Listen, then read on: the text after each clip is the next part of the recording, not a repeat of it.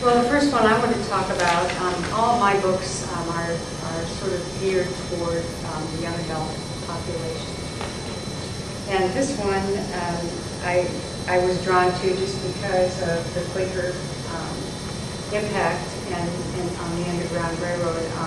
When my children were young, my husband and I took our children to the Quaker Union's boat program then in the more modern, well, the unprogrammed and the more modern programming. So, you know, I really felt a connection to the book as a result of that.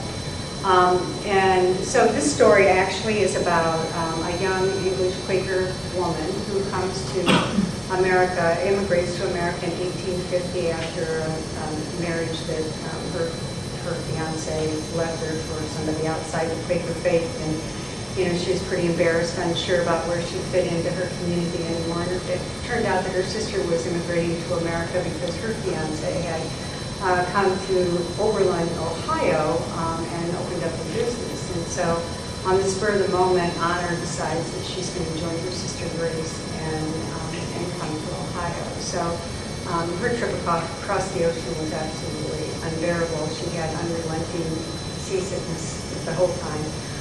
And Grace nursed her through all of that. And when they arrived in America, Grace contracted yellow fever and of course died. So Honor was sort of left all on her own.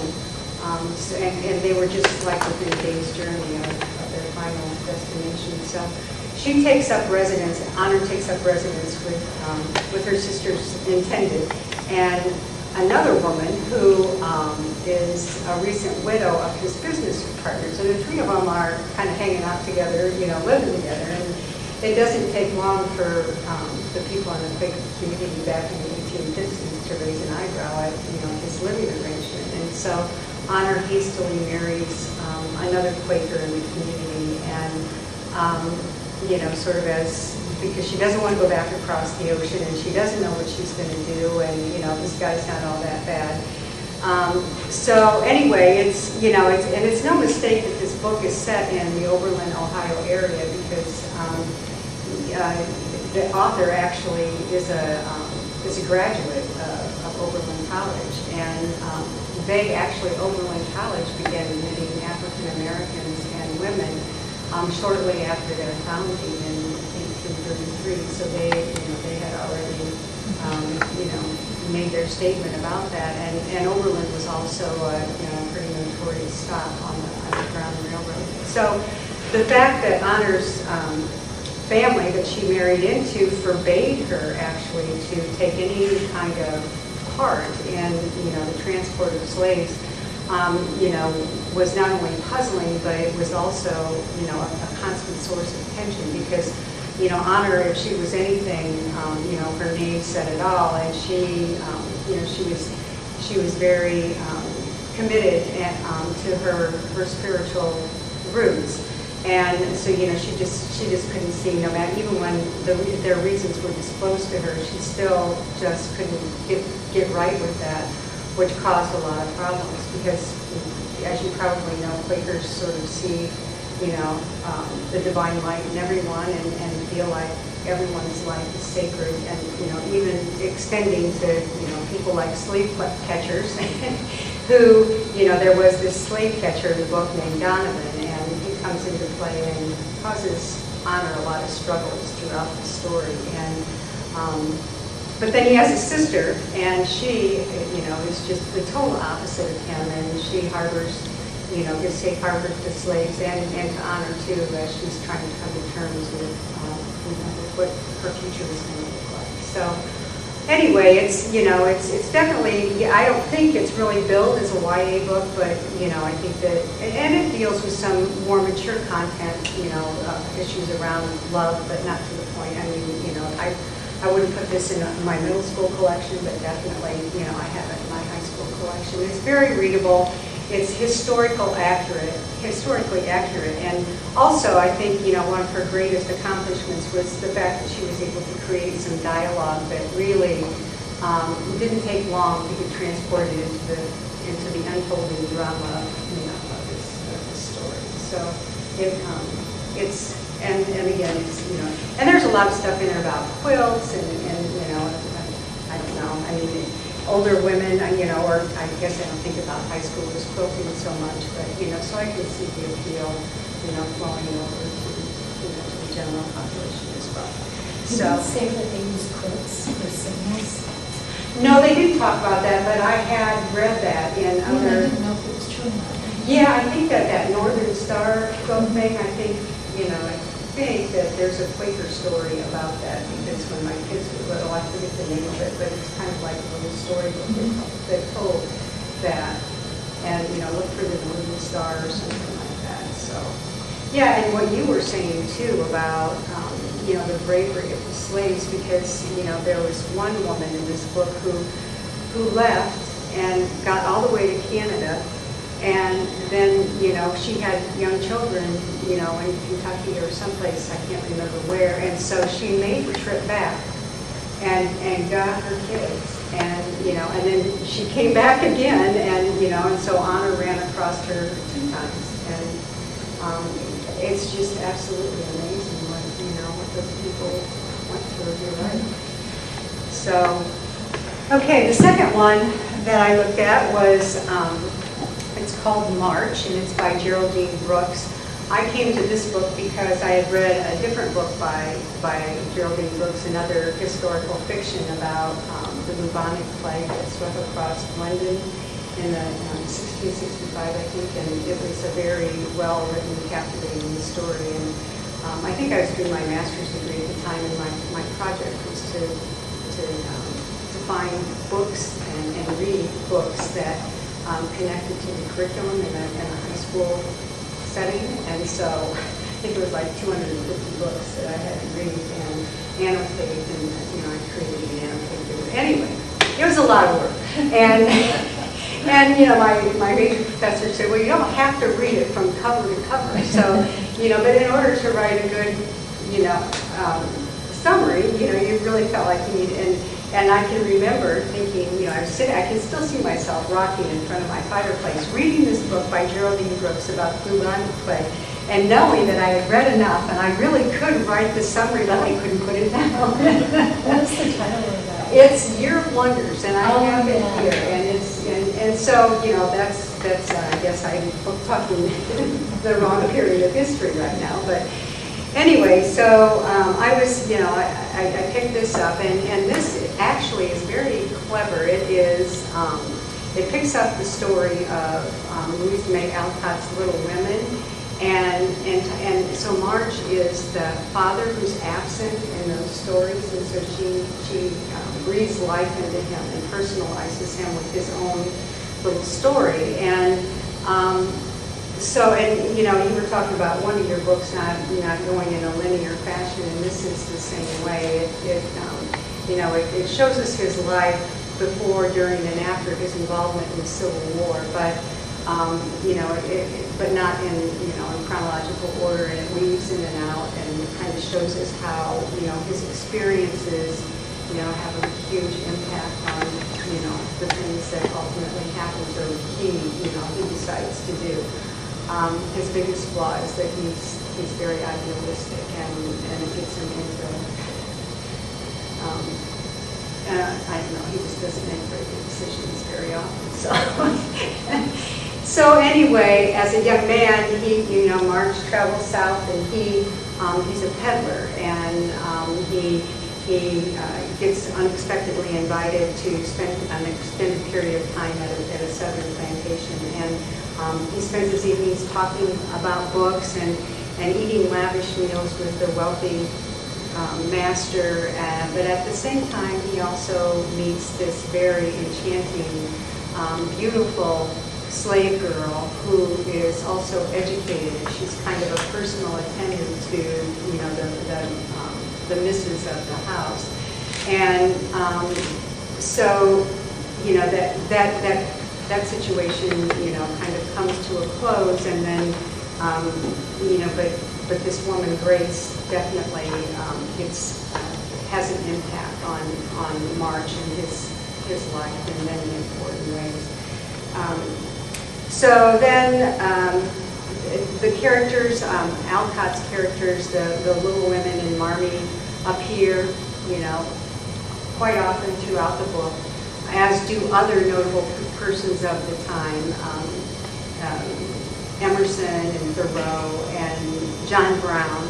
And in fact, John Brown ends up being March's undoing because he ends up just squandering his hard-earned fortune to support Brown's rebellion, to his plans to raise our prosperity. So kind of leaves him destitute. So, but I talked about his inability to, just really think things through clearly because of his extreme idealism, which even at the end of the book, and he's been to war and he sustained life-threatening wounds, and Marmee comes to his side in the hospital and helps nurse him back to health, and when it's clear that he's going to recover, he's still he doesn't want to go home. He can't fathom going home. He has this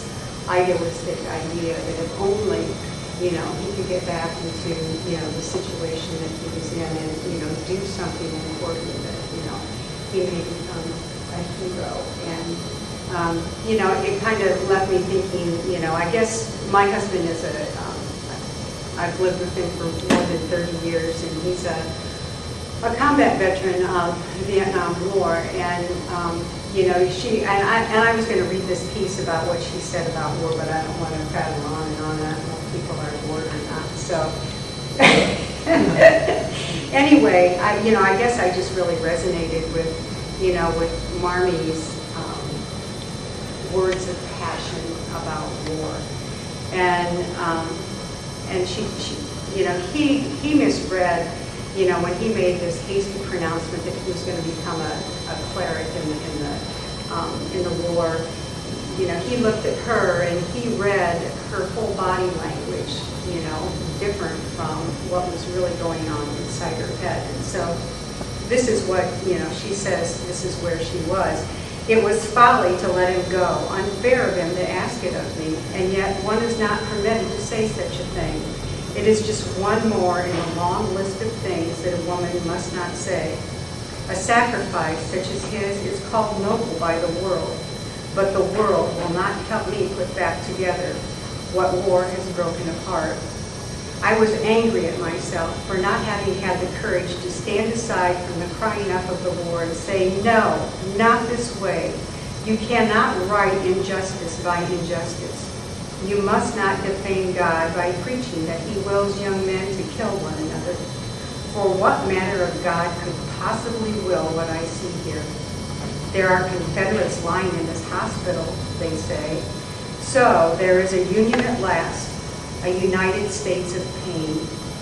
Did God will the Milltown lad in the next ward be shot, or to run a steel blade through the bowels of the farmhand who now lies next to him, a poor youth, maybe, who never kept a slave? But I said none of this a year ago, when it might have mattered. It was easy then to convince one's conscience that the war would be over in 90 days, as the president said. To reason that the price paid in blood would justify the great good we were so sure we would obtain. To lift the heel of cruel oppression from the necks of the suffering. 90 days of war seemed a fair payment. What a corrupt accounting it was. I believe that removing the stain of slavery is worth some suffering, but whose? If our forefathers made the world awry, must our children be the one to pay it right? When I saw him stand up on that tree stump in the cattle ground, surrounded by the avid faces of the youth, I knew, as he spoke then to them, that he was thinking it was unfair to lay the burden so fully on that innocent generation. I could see the look of love for those boys in his eyes, and I saw also that the moment was carrying him away. I raised my arms to him, imploring him not to say the words that I knew were forming in his mind. He looked me full in the face. He saw my tears, and he ignored them and did as he pleased. And then I, in my turn, had to pretend to be pleased by my hero of a husband. When he stepped down and came to me, I could not speak. I took his hand and dug my nails into the flesh of it, wanting to hurt him for the hurt he was inflicting upon me. I am not alone in this. I only let him do to me what men have ever done to women, march off to empty glory and hollow acclaim and leave us behind to pick up the pieces. The broken cities, the burned barns, the innocent injured beasts, the ruined bodies of the boys we bore and the men we lay with. I just think she just does a really amazing job of just talking about the realities of the war. And I think the Civil War especially, since, this is one of the things that I talk to students about, if you just read some of the Civil War fiction, it gives you such a keen idea of what it must have been like to live in this country and have it just torn to pieces. And, it was a war that involved everyone. It's not, some far distant thing. So, anyway, sorry, I got carried away there. So, yeah. That was good. Yeah. And then this last one is actually, Paul Fleshman has written, some really cool stuff. He has one called A Poem for Two Voices, and they're kind of read-aloud books. And this book actually begs to be performed as a reader's theater. It is about the Battle of Bull Run, the first battle, and the Marshall Cavendish digital database says in July 1861, with the Civil War only a few months old, both sides were convinced that the war would be short and relatively bloodless. The Union and Confederacy alike believed that their armies were superior in every way to their opponents, and that one grand campaign would decide the war in their favor. Prior to July 1861, the two adversaries had only fought a few small engagements. The first Battle of Bull Run showed both sides that the war would be long and bloody. So, nobody expected, it to last as long as it did. So, this has won many literary awards, and it helps the reader to sort of consider the Civil War through multiple lenses, through its telling of Bull Run. The author sort of gives voice to 16 very different people, and their personal narratives tell the story of the battle. And it's rather amazing because you hear only, the voices only a few times, but he really, unless, just a few more than 100 pages, gives, really personalizes the characters, and you feel like you've gotten to know them rather well. So, I was rather than to prattle on about, all the different people, I was thinking about maybe, reading some of those, but, I don't think that that's necessary. But it really is a good book. One of the things that I learned a lot, and one of the things was that people came out when this battle first started. It was like an event, and they had horses and buggies that they hired, and they went up on a hillside to watch this battle. I mean, it was just absolutely flabbergasting. Even, I remember during the first Iraq War, which was some time ago, people going at home and watching it on TV. Yeah. It was kind of a first televised something. Yeah, I guess I hadn't thought of that. But do you think that the Civil War kind of steered our country to war, because then we're very hesitant to get into World War I, and very hesitant to get into World War I was stupid, we shouldn't have gotten there. right. But I wonder if it really helped the isolationists, because it was so horrid and so touched so many lives. Right.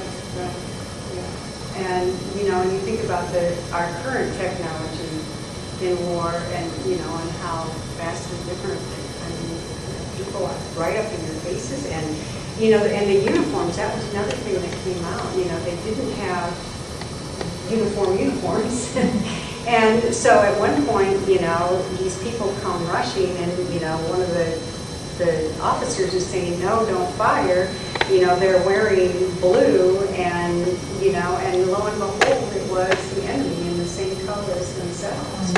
And so, they really couldn't tell, who was on whose side. It was a windless day, and the flag wasn't, they couldn't tell, So, yeah, there were just so many horrific, the doctor in this book, just talks about, amputating limbs, and, and the shoes are still on the feet, the gloves are still on the hands, and, so he just does such a great job in very few words, giving you a tremendous sense of, of what it must have been like. So I'm done. Does anyone have any questions for anyone? I went to Durham, North Carolina, and there was this one place, I don't know if it was a courthouse, but it was a government building, and there was all these statues surrounded, and there were so many of them, and it really kind of marked the period of the Civil War. And there was a huge statue of a lady waiting for her sons to come home. And I thought, oh my goodness, this is a sight. Ellen looked at it and knew the sight. Yeah. Because it's kind of what's taught at school, that there is another side to the war. You're right, and that's what this book does too. I mean, these characters are from both sides, and it just evokes sympathies for both the North and the South. I think it's yeah. That's what I think Red with the Devil did for me. Presenting these people who got involved a little bit, standing up for what they believe in.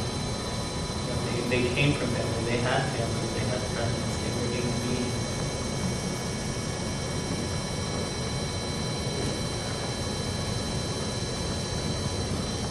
Well, thank you for coming tonight. Yes, thank you so much. Thank you. Next events for Mahaska Reads, we have next Thursday, I believe, we're over at the Maple Ridge Assisted Living at 6:30 p.m. for a community discussion. And then the following week, October 7th, we'll have film screening of 12 Years a Slave over at the library. And then October 14th, we have Ron Friedfeld doing a presentation on Abraham Lincoln and Hansen. And that's going to We be have at a the Bob, right, though, and they're like distant cousins. Oh, so that's like, I did both history. No, No. he's English, but Ron Redfield, our guy, is one of the most fascinating people I've ever heard. I highly, highly recommend him. Me too. He is the best storyteller. Yes. Oh my goodness. Yeah. What a life he's had. Don't miss it. Yeah, don't miss it. Last week's was on the first one across the Oh yeah, Yes, he too. did a Right. great job. Oh, and I learned so much about Iowa. I never knew so much of us or so many of our counties and stuff were Native Mexican. Yes, Yeah. yes. Dude, I thought that was really fascinating.